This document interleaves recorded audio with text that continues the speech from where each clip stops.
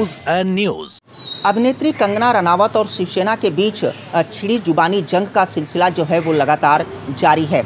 एक बार फिर सामना के जरिए शिवसेना ने कंगना रनावत पर निशाना साधा है। सामना में कहा गया है कि तू तड़ाक की भाषा की बात करने वाले लोगों के लिए मुंबई में कोई जगह नहीं है। यहाँ पर ठाकरे की सरकार है और उसका सम्मान किया जाना चाहिए।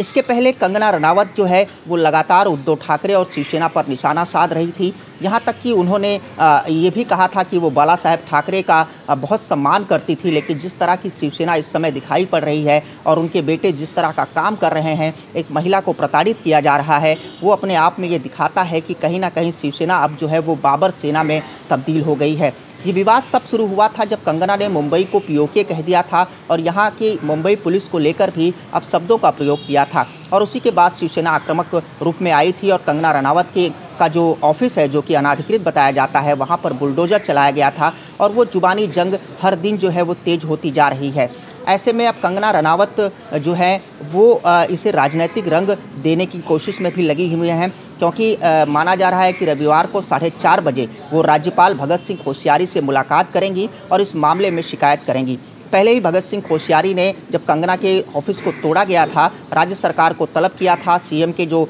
स्पेशल ऑफिसर हैं उनसे रिपोर्ट मांगी थी और माना जा रहा है कि अब कंगना से मुलाकात के बाद और उनसे बातचीत के बाद वो एक रिपोर्ट केंद्र सरकार को सौंप सकते हैं। तो कुल मिलाकर अभी ये जो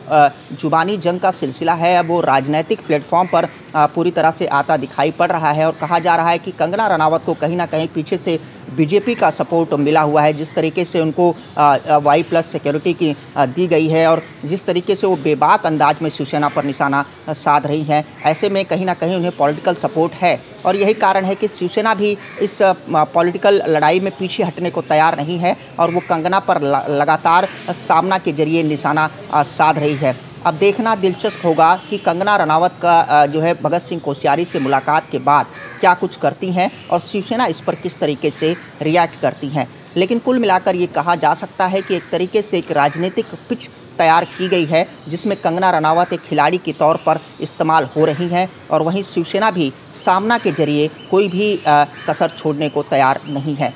आप देख